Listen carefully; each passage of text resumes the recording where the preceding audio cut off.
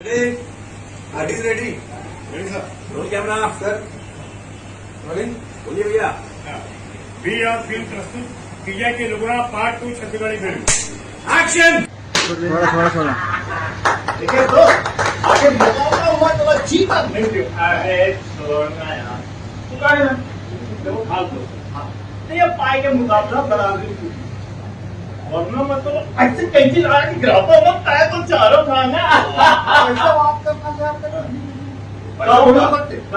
अरे देखिस ना कैसे उस मुकाबला हम ही को बराबरी को आगे देख रहे थे कि कागज की तो वो दोस्त अरे तुमन दोस्ती के चक्कर में भगत सिंह से दुश्मनी मोल लेना बहुत महंगा पड़ी। भगत सिंह अपन औकात में शाला बात करता है समझे। ये अपन गली में किया नहीं हो रहा है ना, सीधा लेके जा।